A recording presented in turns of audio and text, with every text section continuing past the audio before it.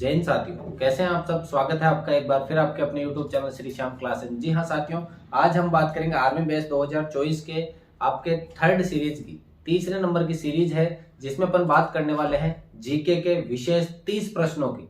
पहले पार्ट में अपन ने 15 प्रश्न लिए थे, सेकंड पार्ट में अपन ने 20 प्रश्न लिए। आज ये तीसरा पार्ट है जिसके अपन 30 प्रश्न लेने वाले हैं, और वो 30 प्रश्न टॉप मोस्ट छांट के लिए गए। वो 30 के 30 प्रश्न कहां से लिए? टॉप मोस्ट छांट के लिए गए। हर एक टॉपिक का, नदी के किनारे कौन सा अपने ये जो सिटी है वो है, कौन सा दिवस है, मतलब हर एक जो आपसे सवाल बार बार पूछे जा रहे हैं वही सवाल लिए हैं जो आपके अभी 10 मार्च को भी पूछे गए हैं रिलेशन वाली भर्ती में, और पहले वाले पिछली परीक्षाओं में आए हुए सवाल है वही अपन यहाँ पर ले रहे हैं। तो देखिएगा, अगर आप पहली बार हमारे चैनल पर विजिट हुए हैं तो चैनल को अभी से सब्सक्राइब कर सकते हैं। यहाँ पर आपको एकदम सटीक जानकारियां मिलती है, और जो भी पेपर दिया जाता है वो एकदम सटीक, और उसकी पीडीएफ भी आपको देखने को मिलती है।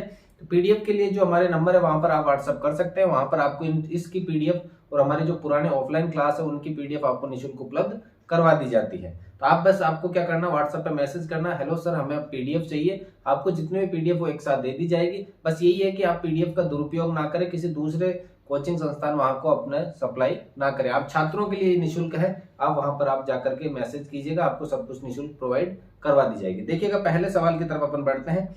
जैन और बौद्ध भिक्षुओं के स्थायी आश्रय क्या कहलाते हैं?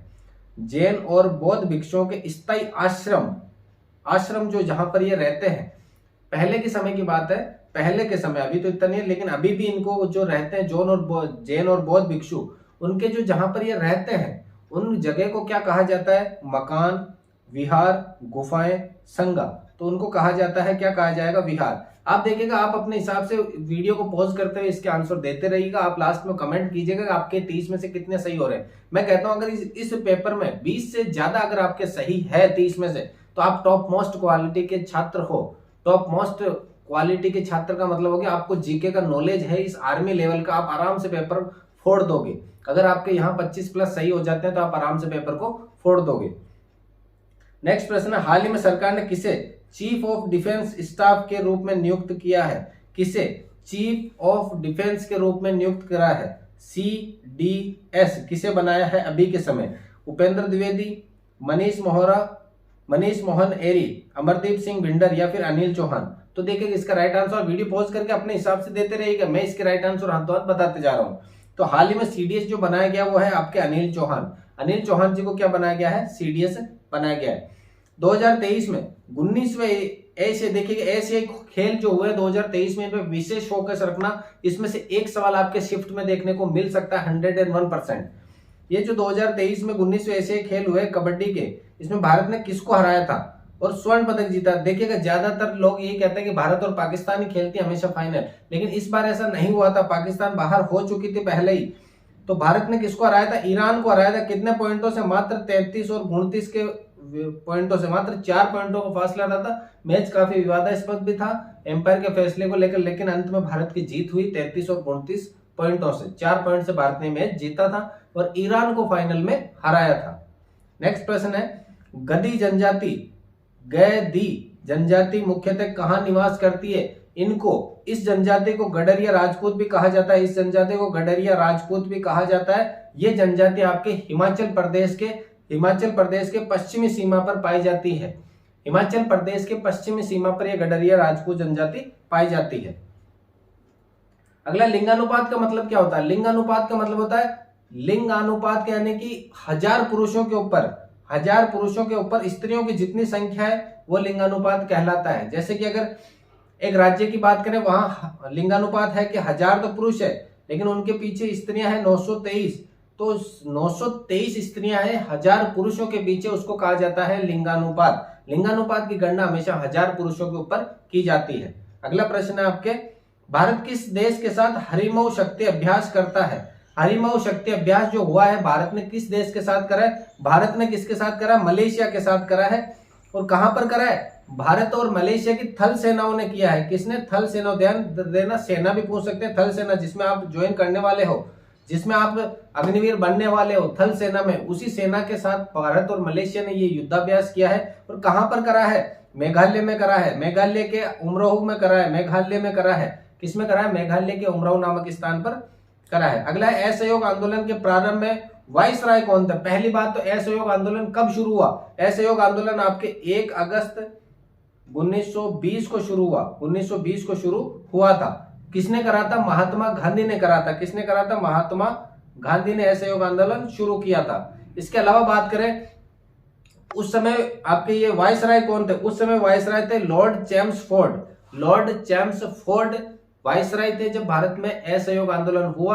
असहयोग आंदोलन 1 अगस्त 1920 को शुरू हुआ, महात्मा गांधी ने किया था। अगला, तंजौर किस लिए प्रसिद्ध है? तंजौर जो है, तंजौर किस लिए प्रसिद्ध है? तंजौर एक इलाके का नाम है जो कहां पर स्थित है? आपके दक्षिण भारत में स्थित है। दक्षिण भारत में जो इलाका है तंजौर, वो किस लिए फेमस है? वास्तुकला के लिए। वहां पर क्या है? मंदिर बनाया गया है बहुत ही शानदार वगैरह, उसलिए वो फेमस है मंदिरों के लिए। खास तौर पे किसके लिए? मंदिरों के लिए वो फेमस है, वास्तुकला के लिए। एशियाई खेल 2023 में पुरुष हॉकी टीम ने जापान को हराकर स्वर्ण पदक जीता। भारतीय टीम के कप्तान कौन थे? देखिए यहाँ भारतीय टीम के कप्तान पूछा। अभी एक कबड्डी का सवाल किया, वहां भारत ने फाइनल में किसको हराया वो पूछा है। तो यहाँ पर हर एक टॉपिक से सवाल निकल कर आता है, तो एशियाई खेलों को आपको खास तौर पे ध्यान देना है।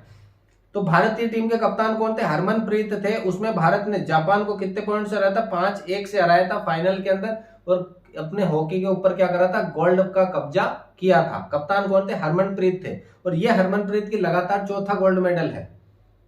अगला है, सन 2026 में कॉमनवेल्थ खेल किस देश में आयोजित होंगे? कॉमनवेल्थ खेल किस देश में आयोजित होंगे? 2026 में कॉमनवेल्थ गेम आपके आयोजित होंगे ऑस्ट्रेलिया के। ऑस्ट्रेलिया के विक्टोरिया जो राज्य है वहां पर आयोजित होंगे। कहां पर? विक्टोरिया। विक्टोरिया एक जगह है ऑस्ट्रेलिया के अंदर, राज्य है, वहां पर ये आयोजित होंगे। नेक्स्ट प्रश्न है, नालंदा विश्वविद्यालय बिहार, ये जो नालंदा विश्वविद्यालय है बिहार, इसको ध्वस्त किसने किया था? जब आपने देखा होगा कि मंदिरों को ध्वस्त किया जा रहा था, विश्वविद्यालयों को ध्वस्त किया जा रहा था, तो नालंदा विश्वविद्यालय को बख्तियार खिलजी ने ध्वस्त किया था। किसने किया था? बख्तियार खिलजी ने। बख्तियार खिलजी ने इसको ध्वस्त कर दिया था। नेक्स्ट प्रश्न है, पश्चिम बंगाल के मुख्यमंत्री किस पार्टी की नेता है? और पश्चिम बंगाल की अभी जो मुख्यमंत्री है ममता बनर्जी, इन्होंने ही इस पार्टी का गठन करा है। इस पार्टी का नाम है आपके तृणमूल कांग्रेस। क्या नाम है? सर्व भारतीय तृणमूल कांग्रेस। सर्व भारतीय तृणमूल कांग्रेस स्थापना हुई थी आपके 1 जनवरी 1998 को स्थापना हुई थी इसकी। 1 जनवरी 1998 को स्थापना हुई थी। स्थापना ममता बनर्जी ने करी थी, लेकिन पहली बार ममता बनर्जी 2011 में सीएम बनी थी, और तब से लेकर अभी तक बनी हुई है। एटीएम में ए का अर्थ क्या है? ए का अर्थ होता है ऑटोमेटेड। क्या हो जाएगा? ऑटोमेटेड। टी का मतलब हो जाएगा टेलर, और एम का मतलब मशीन। Automated, Taylor, machine. ध्यान देना, कई छात्र ऑटोमेटिक करते हैं, ऑटोमेटिक नहीं, ऑटोमेटेड है। क्या है? ऑटोमेटेड है एक का मतलब। इसीलिए सवाल है कि आप ऑटोमेटिक की तरफ जाओ और आप गलत हो और आप रेस से बाहर हो। रेस से बाहर अपन को नहीं होना, अपन को हर एक शब्द के ऊपर ध्यान देना है, क्योंकि आपकी माँ आपके इंतजार कर रही है कि हमारा छात्र जो है, हमारा लड़का है, वर्दी पहनकर ही आएगा 2024 में। तो आपको अगर 2024 में वर्दी चाहिए तो दिन रात मेहनत करनी ही होगी, और ऐसे कंफ्यूजन वाले सवालों का कंफ्यूजन दूर करना होगा। नेक्स्ट प्रश्न है, खानवा की लड़ाई किनके बीच हुई थी? खानवा की लड़ाई बहुत ही प्रसिद्ध लड़ाई है। ये बाबर का पानीपत के बाद दूसरा सबसे बड़ा युद्ध है। तो बाबर तो है ही है, बाबर के साथ साथ में राणा सांगा ने ये युद्ध करा था। कब किया था? 1527 की ईस्वी में। 1527 में। 26 में तो पानी पिया था, 27 में खाना खाया था, ऐसे याद रखना है। 26 में तो क्या किया था? पानी पिया था। 27 में खाना खाया था, मतलब 26 में तो पानीपत का युद्ध है, और 27 में किसका युद्ध है? आपके खानवा का युद्ध है। अगला, सूचना का अधिकार कब लागू हुआ? सूचना का अधिकार, सूचना का अधिकार की बात करें तो कब लागू हुआ था? 2002, 2005, 2008। सूचना का अधिकार आरटीआई कब लगता है? 2005। आरटीई 2005 कहा जाता है, 2005 में लागू हुआ था। माउंट एवरेस्ट को नेपाल में किस नाम से जाना जाता है? माउंट एवरेस्ट की जो चोटी है उसको नेपाल में किस नाम से जाना जाता है? पद्मा, शेर, जरगा। ध्यान दीजिए, शेर और जरगा जो है ये पहाड़ियों के नाम है। ये किसके नाम है? पहाड़ियों के नाम है। उदयपुर के आसपास जो पहाड़ियां उनको शेर और जरगा के नाम से जाना जाता है। पद्मा आपके गंगा नदी जो है उसको जाना जाता है, लेकिन ये जो सागर माता है इसको नेपाल में माउंट एवरेस्ट की जो चोटी है उसको क्या कहा जाता है? सागर माता, यानी स्वर्ग की नगरी या स्वर्ग की सीढ़ी या स्वर्ग की चोटी। स्वर्ग की क्या कहा जाता है? चोटी से नाम से संबंधित है, तो इसका राइट आंसर हो जाएगा सागर माता। नेक्स्ट है, 2023 में 19वें एशियाई खेलों में भारत ने कुल 107 मेडल जीते। इनका आयोजन कहां हुआ था? ये जो 2023 के खेल हुए थे वो कहां पर आयोजित किए गए थे, जिसमें भारत ने 107 मेडल जीते थे, 107 मेडल जीते थे, शतक पूरा करा था मेडलों का। तो ये कहां पर आयोजित हुआ था ये खेल? 19वें एशियाई खेल। 100% एक सवाल आपको देखने को मिलेगा, आप इनके नोट्स बना लीजिएगा, वरना आपको अगर ये इसके नोट्स चाहिए एशियाई खेलों के तो आप हमें कमेंट कर सकते हैं कि जो आपके पास नोट्स है सर हमें दीजिएगा एशियाई खेलों के, तो हम आपको उपलब्ध करवा देंगे पीडीएफ के तौर पे। तो इसकी जो आयोजन हुआ था वो आपके झांगझोउ चीन में हुआ था, हांगझोउ चीन नामक स्थान पर इसका आयोजन किया गया था। अगला, इंग्लैंड के प्रधानमंत्री कौन है? देखिएगा ये इसलिए इंपॉर्टेंट है इंग्लैंड के प्रधानमंत्री क्योंकि ये भारतीय मूल के हैं, भारतीय मूल के हैं और इंग्लैंड में जाकर के क्या बने? इंग्लैंड के पीएम बने हैं। तो Rishi Sunak, Joe Biden, we Zelensky या सुंदर पिचाई? सुंदर पिचाई नहीं है, सुंदर पिचाई गूगल के सीईओ कहा जाता है। ऋषि सुनक जो है अभी हाल फिलहाल में 2022 में क्या बने? इंग्लैंड के क्या बने? पीएम बने हैं। इंग्लैंड के पीएम बने हैं क्योंकि ये भारतीय मूल के हैं, इसलिए ये सवाल आपके क्या है? मोस्ट इंपोर्टेंट है। अगला, चांद के जिस स्थान पर भारत का लैंडर विक्रम उतरा उस स्थान का क्या नाम रखा गया? अभी आपने देखा होगा चांद के ऊपर भारत का एक लैंडर उतारा गया था विक्रम। उस लैंडर के उतरने के बाद में अपन को बहुत सारी तस्वीरें देखने को मिली चांद वगैरह के, तो जहां पर वो लैंडर पहली बार उतरा उस जगह को पॉइंट कर दिया गया भारत के द्वारा और उस जगह का नाम रखा गया आपके शिव शक्ति जगह। क्या नाम रखा गया? शिव शक्ति पॉइंट। क्या नाम रखा गया? Shiv Shakti point, SSP, Shiv Shakti point, उस जगह का नाम रखा गया था भारत ने। अगला, सांची स्तूप जिसे 200 रुपए के नोट पर चित्रित किया गया वो कहां पर स्थित है? सांची का स्तूप जो है, सांची के स्तूप की बात करें तो 200 के नोट के ऊपर बनाया गया है, 200 के नोट के ऊपर सांची का स्तूप बनाया गया। ये कहां पर स्थित है? कौन से राज्य में स्थित है?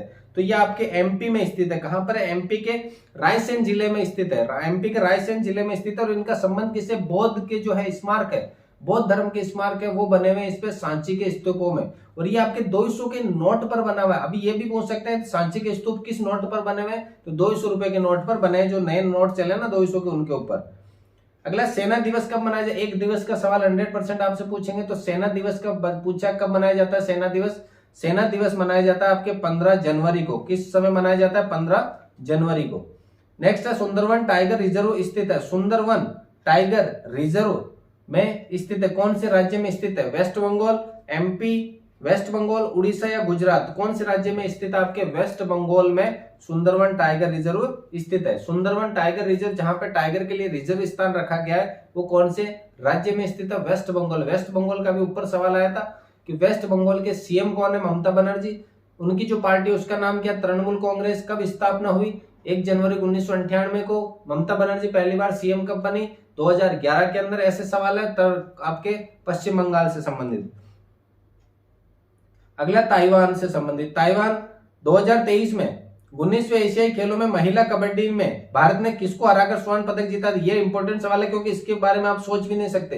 ताइवान जो देश है, चीनी ताइपे नाम से जाना जाता है, प्रॉपर चीन का नहीं है, चीनी ताइपे नाम से जाना जाता है। ताइवान एक अलग देश है, उसको हराया था भारत ने फाइनल के अंदर और मात्र 1 पॉइंट से भारत ने जीत दर्ज करी थी। मतलब भारत की लड़कियों को कड़ी टक्कर दी थी ताइवान के इस टीम ने और मात्र 1 पॉइंट से भारत ने वो पॉइंट मैच जीता था और भारत ने अपना 100वां मेडल, जो 107 मेडल टोटल जीते ना, उसमें 100वां मेडल इस कबड्डी को फाइनल को जीतकर भारत ने प्राप्त किया था। अर्थात भारत ने पुरुषों के अंदर किसको हराया कबड्डी में? आपके ईरान को हराया है और इसमें महिलाओं में किसको हराया? ताइवान को हराया है। नेक्स्ट है, आगरा किस नदी के तट पर स्थित है? सवाल है, आगरा किस नदी के तट पर स्थित है? आगरा किस नदी के तट पर स्थित हो जाएगा? आपके गंगोत्री, गंडक, चंबल या फिर यमुना? तो कौन सी नदी के किनारे स्थित है? यमुना नदी के किनारे पर आपके आगरा जो है सिटी है वो स्थित है। एक सिटी का पूछा जाता है कि ये कौन सी नदी के किनारे स्थित है।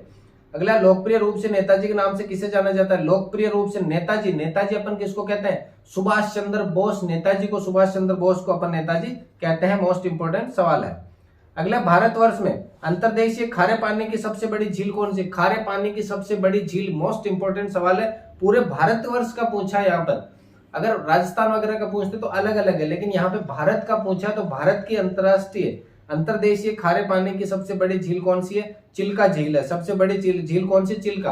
अभी ये जो सवाल आता है इस तरह से बनता है कि भारत की सबसे बड़ी खारे पानी की जो झील है चिल्का झील, वो कौन से राज्य में स्थित है? तो उसके लिए अपन करते हैं उड़ीसा राज्य में। कौन से राज्य में स्थित है? ये उड़ीसा राज्य में स्थित है।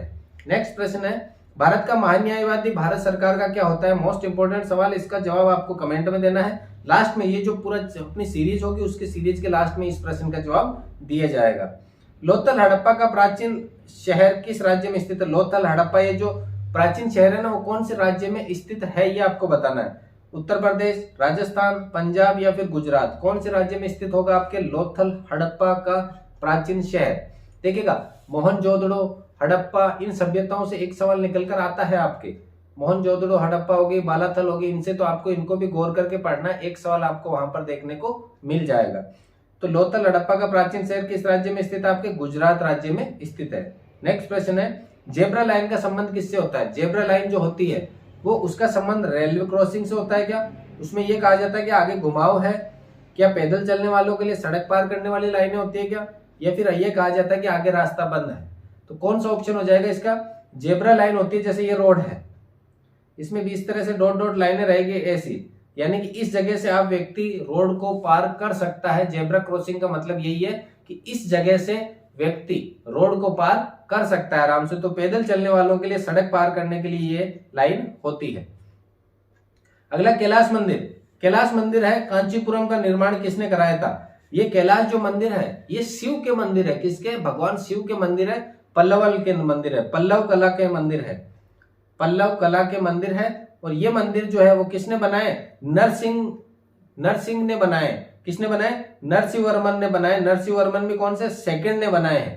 प्रथम अलग है, सेकंड अलग है, तो नरसिंहवर्मन सेकंड ने कैलाश मंदिर जो है शिव के मंदिर कांचीपुरम में उनका निर्माण करवाया है। तो देखिए ये 30 प्रश्न हुए। एक सवाल जो मैंने आपके लिए छोड़ा था, भारत का महान्यायवादी भारत सरकार का क्या होता है? भारत का महान्यायवादी भारत सरकार का क्या होता है? क्या वो मुख्य लेखा अधिकारी होगा? क्या वो मुख्य विधि अधिकारी होगा? क्या वो मुख्य अंकेक्षण अधिकारी होगा? या मुख्य चुनाव अधिकारी होगा? अगर आपको इसका राइट आंसर आता है तो आप कमेंट कीजिएगा। कमेंट करने के बाद में अगर आपने कमेंट कर चुके हो वीडियो को पॉज करके, तो अब मैं इसका जवाब देता हूं। भारत का महान्यायवादी होता है वो मुख्य कानूनी सलाहकार होता है। क्या होता है? मुख्य कानूनी सलाहकार। कानूनी सलाहकार, कानून से संबंधित वो सलाह देता है। तो सलाहकार यानी अधिकारी। कानूनी का मतलब यहाँ ऑप्शन में विधि अधिकारी, यानी ऑप्शन नंबर बी हो जाएगा इसका, कि महान्यायवादी जो होता है वो कानूनी सलाहकार होता है भारत सरकार का।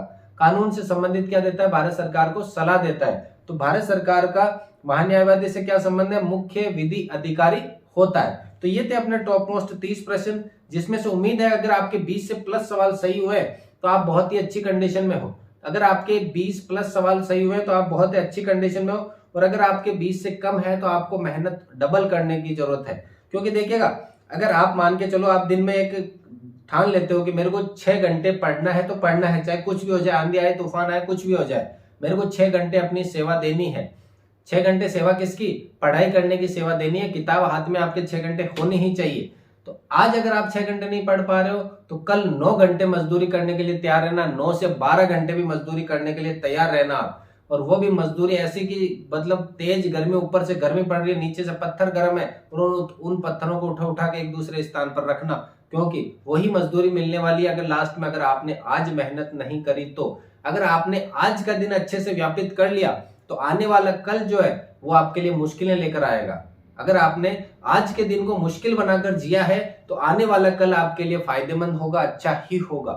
क्योंकि आज अगर आपने अच्छे से जीवन जिया है तो 100% है कि कल मुसीबत होगी ही होगी। क्योंकि जीवन की जो रेखाएं वो निम्न प्रकार से होती है। देखिए, जीवन की जो अपनी रेखाएं होती है ना, वो इस प्रकार से कि यहाँ पर अगर आप है तो जीवन 2 तरीके, एक तो ऐसा जिया कि आपने शुरुआत में कठिनाइयां ली तो फिर ये जीवन सरल हो गया। एक है कि अगर आपने शुरुआत में मजे लिए तो बाद में जीवन कठिन होगा।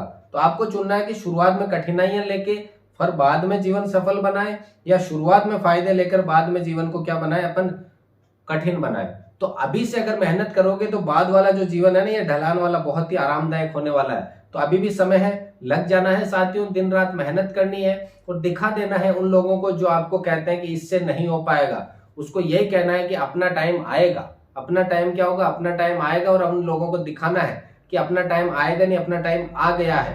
जब रिजल्ट आए तो सबसे पहले मिठाई, जो आपका मुंह तक नहीं देखना चाहते, जो आप सुबह पढ़ते हो शाम पढ़ते हो तो आपको टोका टोकी करते, सबसे पहले मिठाई का जो लड्डू का एक पीस है उन्हीं को खिलाना है आपको। तो वो उसी आशा में अपन आज की क्लास समाप्त करते हैं। मिलेंगे अगली क्लास में, तब तक के लिए जय हिंद, वंदे मातरम।